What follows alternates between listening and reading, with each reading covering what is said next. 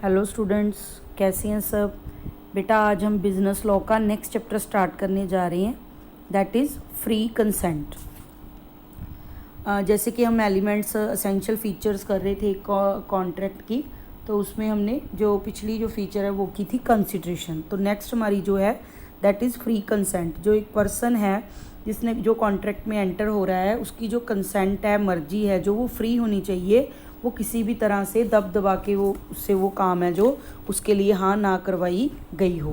The section 10 of the contract act provides that all agreements are contracts. ठीक है, तो उसमें वो हम वही एसेंशियल फीचर्स जो कर चुके हैं, उसमें हमने कहा है कि जो उसकी फुलफिल होनी चाहिए जो सारी एसेंशियल फीचर्स हैं, तो उसी में से वो कहता है कि फ्री कंसेंट जो है एक वो हमारी फीचर है। तो जहाँ हम बात कर रही हैं फ्री कंसेंट की, तो कंसेंट होता क्या है। 2 और more persons are said to consent when they agreed upon the same thing in the same sense. Consent कहता मानना किस चीज़ को जाता है, जब दो पर्सन एक चीज़ पे एग्री हों, एक ही चीज़ पे, और उनको समझ भी एक ही चीज़ आई हो उसके बारे में। मतलब चीज़ एक है लेकिन उसके बारे में समझ अलग अलग उनको अगर आया है, तो उसको भी हम कंसेंट नहीं करेंगे। तो कंसेंट तब बोला जाएगा जब वो सेम चीज़ पे और उसको सेम सेंस में लेंगे। बेटा ये शॉर्ट नोट में भी बहुत बार पूछा जाता है, इसे हम बोलते हैं consensus ad idem. This is known as consensus ad idem. तो इसका मतलब है कि दोनों पर्सन सेम चीज़ के लिए एग्री होना चाहिए। ये एग्जाम्पल दिए बेटा, A has 2 cars Alto and WagonR. He offers to sell the car Alto to be for ₹2 lakh. B thinking it to be the offer of the car WagonR accepts the offer. उसको लगा ए जो है अपनी Alto car बेचना चाहता था, B को लगा वैगनार कार बेचना चाहता है, उसने ऑफर एक्सेप्ट कर ली। तो there is no consent at the intention of the parties is not the same regarding the subject matter. तो सब्जेक्ट मैटर है जो उनका वो सेम नहीं रहा, इसलिए ये जो कॉन्ट्रैक्ट है इसमें कंसेंट है जो नहीं मानी जाएगी। तो ये तो मीनिंग हो गया बेटा कंसेंट का, जब दो बंदे सेम चीज़ पे सेम सेंस में उस पर एग्री हों। उसके बाद है फ्री कंसेंट क्या है। कहता है not only the parties to a contract should have identity of mind but the consent of the parties must also be real and free. कहता है एक तो जो माइंड है उनका वो फ्री होना चाहिए, और जो उनकी कंसेंट है, मर्जी है, वो भी क्या होनी चाहिए, फ्री होनी चाहिए। Free consent is an essential requisite of a valid contract. कब जो है according to section 14 consent is said to be free when it is not caused by. कब नहीं मानी जाएगी कि वे कंसेंट है जो फ्री है, जब वो किनसे कॉज नहीं है, किसके द्वारा इन्फ्लुएंस नहीं है। Coercion, undue influence, fraud, misrepresentation और मिस्टेक। तो ये 5 चीज़ें हैं, अगर इनमें से किसी भी चीज़ को प्रूव हो जाए भी इनमें से किसी के द्वारा उसकी कंसेंट नहीं लीगी, तो माना जाएगा कि उसकी कंसेंट जो है फ्री है। तो इसको हम 1 बाय 1 डिस्कस करते हैं। तो ये है बेटा consent is not free when it is caused by coercion, undue influence, fraud, misrepresentation, mistake. तो ये हमने कहा है, अगर आपकी जो कंसेंट है वो प्रूव हो जाए कि कोरेजन के थ्रू, अनड्यू इन्फ्लुएंस के थ्रू, फ्रॉड के थ्रू या मिस रिप्रेजेंटेशन के थ्रू है जो ली गई है, तो कॉन्ट्रैक्ट क्या है, वॉइडेबल है। अगर मिस्टेक के थ्रू हुई है तो इफेक्ट कॉन्ट्रैक्ट इज क्या होगा, वॉइड होगा, क्योंकि जो कॉन्ट्रैक्ट है वो गलत, उसमें कुछ हुआ है, भूल हुई है, कोई मिस्टेक हुई है, तो वो वॉइड हो जाएगा। लेकिन जो हमारा अनड्यू इन्फ्लुएंस, कोरिजन और फ्रॉड या मिस रिप्रेजेंटेशन के कारण फ्री कंसेंट नहीं है, तो वो कॉन्ट्रैक्ट वॉइडेबल है उसकी मर्जी पे।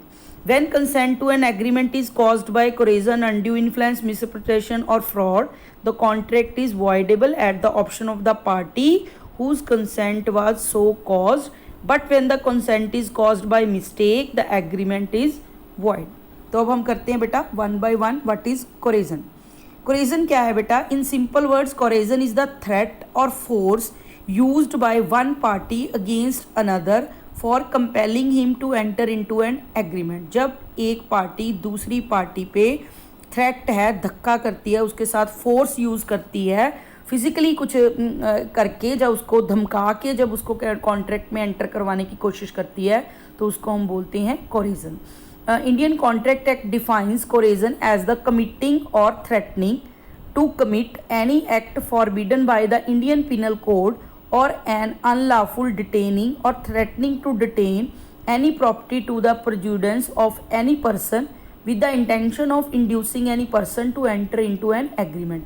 किसी पर्सन को या उसकी प्रॉपर्टी को नुकसान पहुंचाने की धमकी देकर अगर किसी बंदे को कॉन्ट्रैक्ट में एंटर कराया जाता है तो वो माना जाएगा कि वो कोरेजन के थ्रू करा रहा है।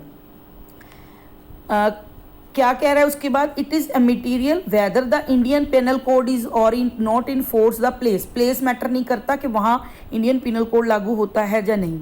फर्स्ट है acts forbidden by the Indian Penal Code. If a person commits or threatens to commit an act forbidden by the Indian Penal Code with a view to obtaining the consent of the other person to an agreement, the consent in such a case is deemed to have been obtained by coercion। तो जो Indian penal code ने जिन चीज़ों पे रोक लगा रखी है अगर उनमें से किसी चीज़ पे करवाता है तो माना जाएगा कि उसने कोरेजन के थ्रू की है। A threatens to shoot B if he does not sell his new Ford car worth ₹5 lakh to A for 2 lakh. A उसको धमकाता है गन पॉइंट पे कि अगर वो बी जो है अपनी न्यू जो उन्होंने फोर्ड कार खरीदी है 5 लाख रुपए की, अगर वो 2 लाख में उसको नहीं सेल करेगा तो वो उसको गोली से मार देगा। बी एग्रीज हेयर, यहाँ बी की जो कंसेंट है वो कोरेजन से ली गई है, तो बाद में वो अगर इसको प्रूव कर देता है तो जो है ये कॉन्ट्रैक्ट वॉइडेबल है। तो ये था बेटा कि कोरेजन होता क्या है। एक हमने कह दिया फॉरबिडन बाय लॉ है वो काम करता है कोई, और दूसरा unlawful detaining of property, unlawful detaining or threatening to detain any property to the prejudice of any person to enter into an agreement। एक बंदे को इन्फ्लुएंस करता है कि तुम्हें कॉन्ट्रैक्ट में एंटर करने के लिए, नहीं तो मैं जो तुम्हारी प्रॉपर्टी है उसको नुकसान पहुंचाऊंगा, तो वो भी इक्वल टू क्या माना जाएगा कि कोरेजन के थ्रू किया गया है। A threaten to shoot B a friend of C if C does not let out his house to him. वो कहता है कि ए उसको धमकाता है बी को कि मैं तेरा फ्रेंड जो सी है उसको मार दूंगा अगर तू जो घर है वो मुझको नहीं देता। C agrees to do so, the agreement has been brought about by coercion. तो इफेक्ट ऑफ कोरेजन होता क्या है, section 19 provide that an agreement consent to which is obtained by coercion is voidable at the option of the party whose consent is to so obtain. जिस बंदे की जो consent है वो कोरेजन के थ्रू ली गई है, उसको थ्रेट करके, उसको धमका के, उसकी प्रॉपर्टी को वो करके, तो वो बंदे की ऑप्शन पे इसको जो है वो वॉइड किया जा सकता है, वॉइडेबल है contract. A person to whom money had been paid or anything delivered under coercion must repay or return it. तो जो वो उसको है, अगर इसके अंडर कोई ऐसा कॉन्ट्रैक्ट हो जाता है जिसमें बाद में कोरेजन प्रूव होता है, तो अगर उसमें से उसने कोई बेनिफिट या उससे पेमेंट ली है तो उसको वो वापस करनी पड़ेगी। बर्डन ऑफ प्रूफ, किसने करना है कि कोरेजन के थ्रू हुई है। The burden of proving use of coercion lies on the party who wants to set aside the contract on the plea of coercion. जो कोरेजन का प्रूव करना चाहती है कि कोरेजन से मेरी सलाह लिया गया है कॉन्ट्रैक्ट और मैं इसको वॉइड करवाना चाहती हूँ, तो वो पर्सन को के ऊपर है कि उसको प्रूव करना पड़ेगा कि मेरी जो कंसेंट है वो कोरेजन के थ्रू ली गई थी। एक टॉपिक है बेटा छोटा सा, डूरेस। कोरेजन इंडिया में जो है वो जो हम कह रहे हैं कि धमकाना, किसी को गन पॉइंट पे करना, या उसकी प्रॉपर्टी को नुकसान पहुंचा का डर दे के करना, उसको हम कोरेजन बोलते हैं इन इंडिया। और इंग्लैंड में इसी चीज़ को क्या बोलते हैं, डूरेस बोलते हैं।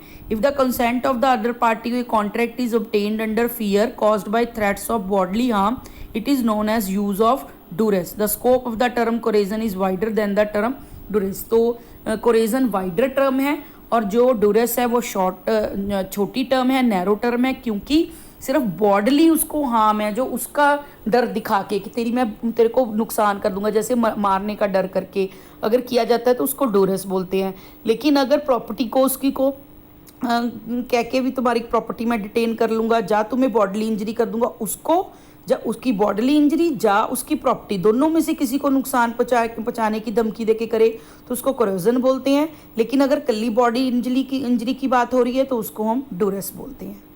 तो ये था दोनों में डिफरेंस के कोरेजन और डूरेस में क्या डिफरेंस है। और कुछ पॉइंट्स यहाँ दे रखे हैं। कोरेजन में भी डायरेक्टेड इवन अगेंस्ट ए थर्ड पार्टी। कोरेजन किसी की पार्टी पे हो सकता है, आपका फ्रेंड है, आपका फैमिली मेंबर है, किसी पे भी हो सकता है।